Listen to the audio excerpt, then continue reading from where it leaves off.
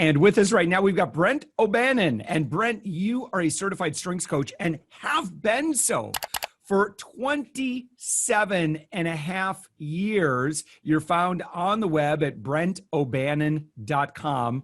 Brent, thank you so much for joining us. I'm really excited to talk about this. This actually recently came up for me when I was reading Atomic Habits. And this was just a few weeks ago. I was reading this and it really, I mean, this is such an important topic. And, for people, when they ask themselves, what should I be doing? How should I be showing up in the world? You can really help them with that discovery process. And it makes a huge difference if you get this dialed in. Yeah, it's an honor to be with you, Josh, on this podcast. And I love Atomic Habits. And so he ties in how we are much more likely to produce positive habits in our life and our business whenever we focus on our strengths, what energizes us. And when we celebrate those things, then it reinforces those habits. So yeah, great book. Yeah. And in fact, what he really talks about is, and I've heard this talked about too, is, sometimes, there's the advice, do what you love. And that's fine. But I think more importantly than that is discovering the things that, one thing that he talks about in particular is what is the thing that you just don't get tired of? Like other people get bored after a while, but for whatever reason, do you seem to just be able to keep on going when other people are like, how can you keep doing that? For example, like, even something silly like this podcast, it's like, I talk with other podcasters and I say, yeah, we do a daily show. And they like, I can't even wrap my brain around that. Like I do a weekly show and it just, just kind of like takes all of my energy. And it's because, I very, very consciously wanted to be able to do this. Just, again, it's just a silly example. But the fact that I can do it probably communicates, well, maybe you should do that because not many people can do what you do or, do what I do. I think a lot of people could do, but they just don't have the gumption to figure it out. And, one technique that's really easy to help us figure that out in an informal way is what I call a sail technique. And so I like to say that our talents and our strengths are like sails on a sailboat. And when you unfurl them and you have a positive environment blowing into those strengths, then you're going to get to your dreams, your aspirations faster, better. But SAIL stands for your talents will lead to successes. So you'll have wins. You'll have early successes with that strength. A stands for authentic. So it feels very authentic. It's wired in you naturally. The I stands for invigorating. So whenever you are doing that particular activity like podcasting for you, it's invigorating to you. It energizes you. You want to do it more. And L, which is really what you were talking about a moment ago, is that you love to learn more about that talent and strength. So it's like, I'm going to read every book on podcasting, or I'm going to go and get coaching on podcasting. I'm going to watch my heroes, about podcasting. All of those things are informal ways to spot strengths, not only in ourselves, but in our teams and our clients.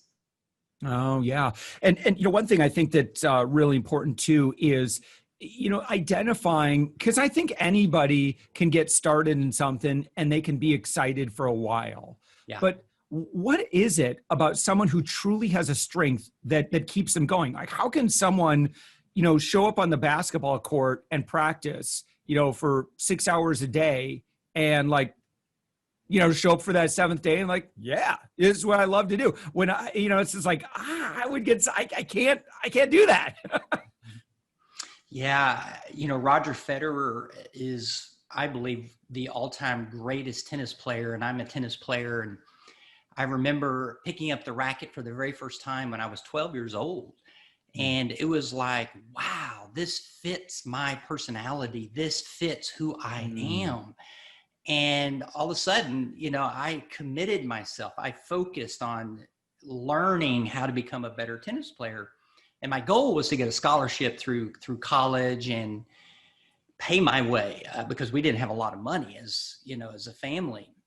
And so just like any work or hobby or anything you want to be excellent in, you have to take that hardwired talent and you have to add an investment of knowledge and skills and practice to it. And so Roger Federer today, because he works so hard, he practices so hard, he is an amazing person that focuses on strengths. In fact, I love showing a video about him that he says, even in tennis and in business, that you want to sharpen your strengths instead of taking more time to fix your weaknesses. And so I think that's true in business. We try to round ourselves out in areas that don't energize us, or we're just averaging. So we can get farther faster by focusing on what is right with ourselves and maximizing it. Yeah. So for someone who says, okay, I like to do X. Now, Brent, how do I make money at it? Yeah, that's a passion of mine, is how to monetize strengths. And so we talk a lot about how to help us grow our confidence, maybe overcome the imposter syndrome, which in my system, I say your strengths help you grow stronger, work smarter, and live richer. So that work smarter piece is being more strategic and aiming your strengths into your work life and into your business life. The live richer piece is how in the world do you begin to monetize your strengths? I think one of a great example of that is in my own life as a counselor previously before becoming a coach. I love talking to people. I love asking questions. I love sitting one-on-one or with a small group. And I went and got a master's degree in it. I got more training. I got more coaching. I developed that natural talent, which, by the way, in Strengthsfinder is called individualization. It's a mouthful, I know.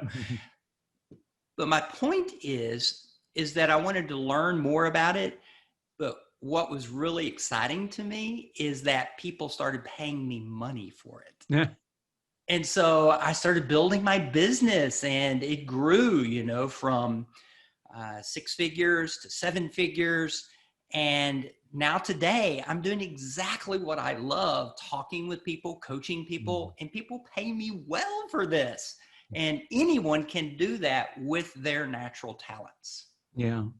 At the same time, I think it's important to find out or identify or have great clarity on what our weaknesses are.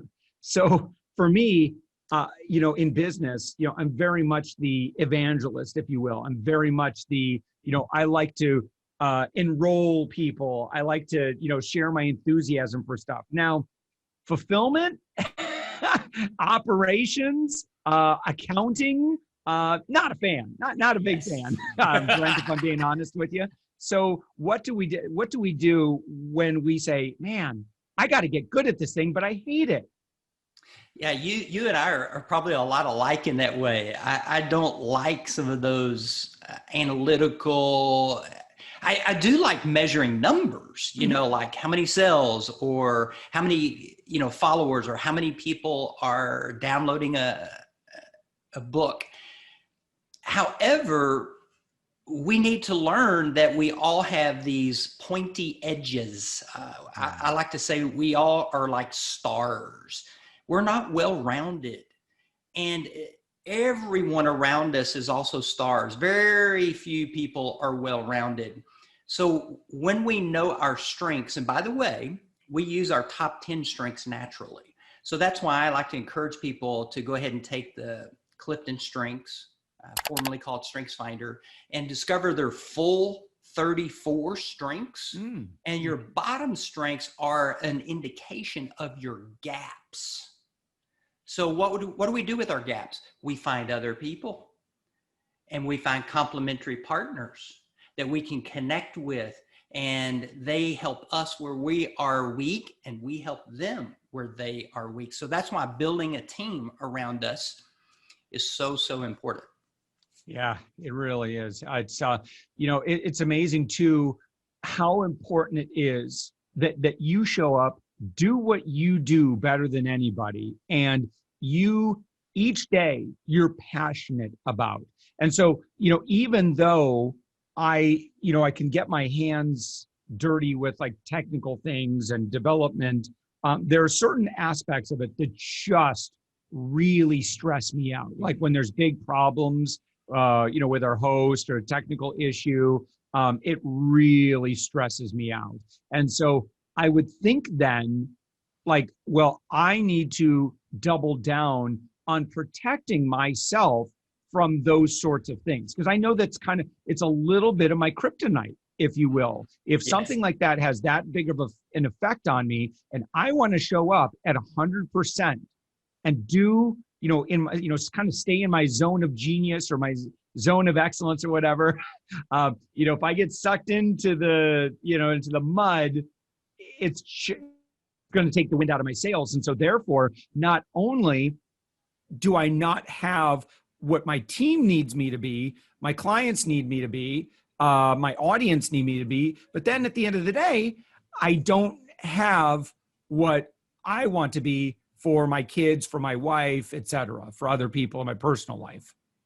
And so I'm going to flip it around. So how do you hire other people to help you with those weaknesses? Yeah, and I'm pretty picky when it comes because it's something that I do have. It's a little bit of psychosis, I think, of my own psychosis. Where thankfully now we have really good people, and here's the thing too, and I see this a lot with founders is it's hard to replicate certain aspects when we're so passionate about something and we're so meticulous. We have such a high standard for it's hard to bring someone in sometimes who can match that level of enthusiasm, energy. Like, can you imagine, obviously I handle a lot of sales for what we do without my influence, but again, hiring a salesperson to replicate what who I am and what I do, it's tough.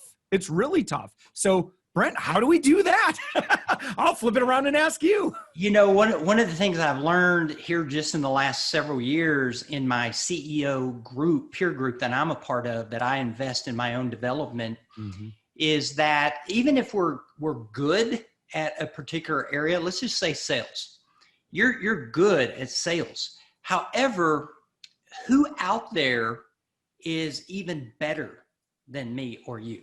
Who out there excels at even a higher world-class level?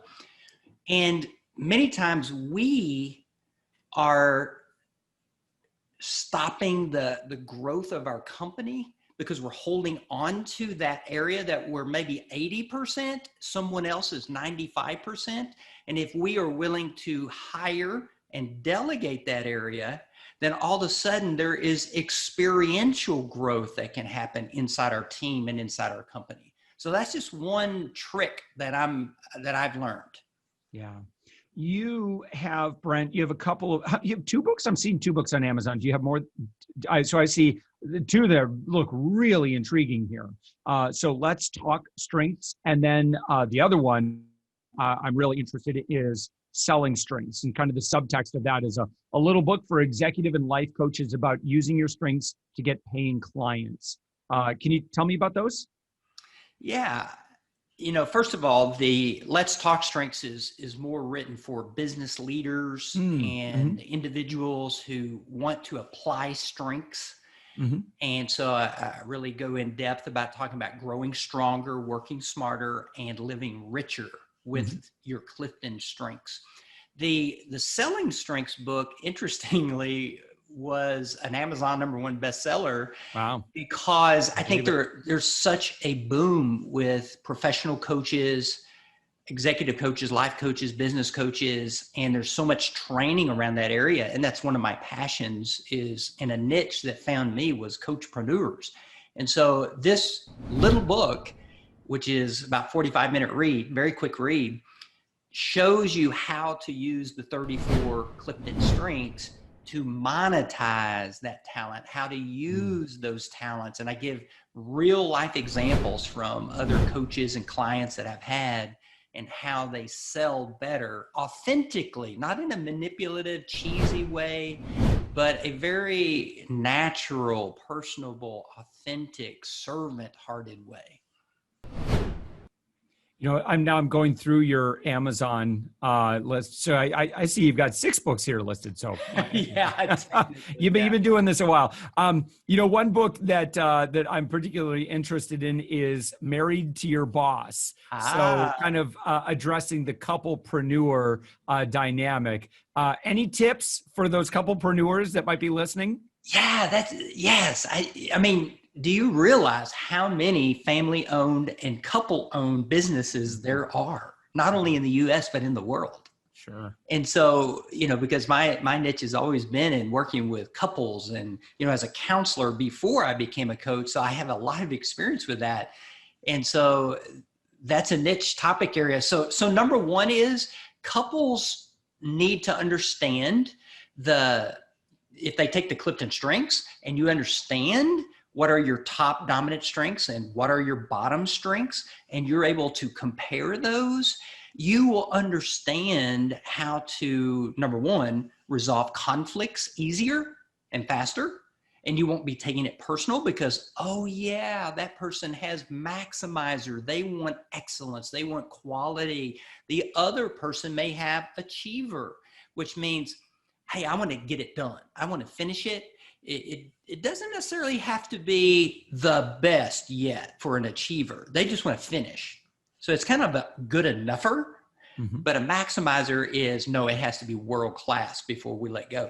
But it's a lens to understand how to understand conflicts, what your needs are, what your values are, because you can discover those things even by knowing your strengths.